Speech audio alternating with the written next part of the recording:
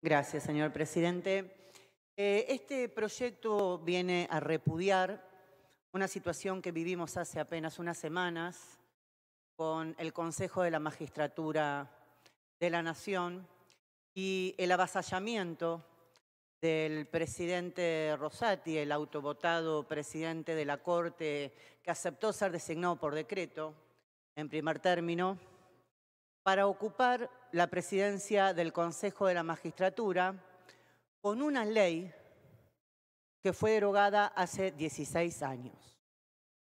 Una Corte Suprema que ayer lo escuchaba hablar al doctor Lorenzetti en el canal La Nación más Macri, que hablaba de la falta de gestión del gobierno y de que había que afianzar la seguridad jurídica. Y la forma que tiene la Corte de afianzar la seguridad jurídica es emitir una sentencia violando o derogando una ley de hace 16 años y proclamándose el mismo que firma la sentencia, presidente del Consejo de la Magistratura en el orden nacional. Frente a ese escándalo que vimos todos y todas, y que por sobre todas las cosas, aquellos actores que viven hablando de la justicia independiente, la institucionalidad y coso, como diría el periodista Rinconet, avalaban por todos los medios esta situación que no solo vulnera nuestro sistema constitucional, sino que es tan avasallante que restablece la vigencia de una ley derogada. La primera vez en la historia constitucional de nuestro país que una Corte, después de 16 años, establece la vigencia de una ley derogada. Y que además de establecer la vigencia de una ley derogada, le da un plazo como si fuera un poder que puede intervenir dentro del poder legislativo, le da un plazo e intima al poder legislativo a que emita una norma nueva para la conformación del Consejo de la Magistratura en un plazo de 120 días, con una sentencia que emite el 16 de diciembre, sabiendo que durante los meses de enero y febrero no existe actividad legislativa porque el periodo ordinario empieza el 1 de marzo.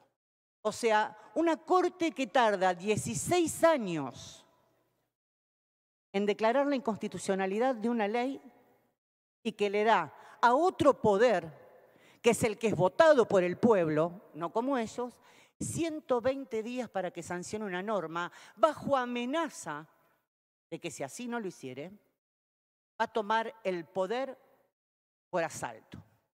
Porque no fue ni más ni menos que esa situación. Tomar el poder por asalto, con la complicidad de algunos integrantes de la oposición, con la complicidad de los medios de comunicación y además un nuevo actor que se mete en la política interna de nuestro país, como fue la Cámara de Comercio de Estados Unidos, la AmCham, que emitió un comunicado dirigiéndose al Congreso para exigirles que designen a los consejeros de la magistratura. A veces Máximo dice que tiene 4 patas y mueve la cola y hace guau, es un perro. Yo me permitiría decir que en el caso del Consejo de la Magistratura, dime quién te defiende y te diré a quién representa.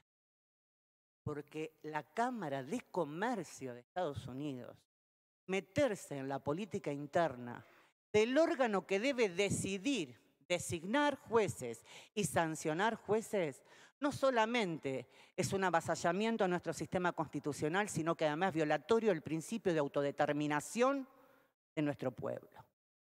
Y sin embargo aquí no pasó nada.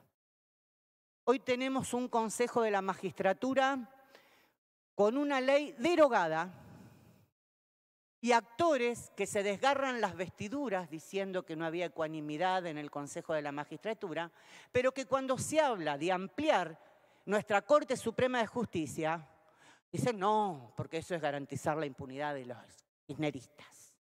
La impunidad de Cristina, como tanto le gusta decir. Y quiero recordar que la única impunidad que se garantiza acá es la impunidad de aquel poder judicial o partido judicial del lawfare que tiene actores y que tuvo candidatos en la política argentina. aquel que intenta llevar cada una de las causas que involucran al sector de la oposición, otrora oficialismo, al fuero de atracción de Comodoro Pro. La Corte que por primera vez en la historia hace un per saltum para poder establecer que 2 jueces del lawfare puestos por decreto por el presidente Macri permanecieran en su lugar. La Corte que tiene obturado todos los recursos que nosotros hemos establecido como gobierno para declarar a los servicios públicos esenciales y que hoy de eso no fallan. Eso sí lo guardan. La Corte que permitió que en este país la prisión preventiva sea la regla y no la excepción. La Corte que cayó obscenidad tras obscenidad en un sistema jurídico que fue pisoteado permanentemente por el macrismo.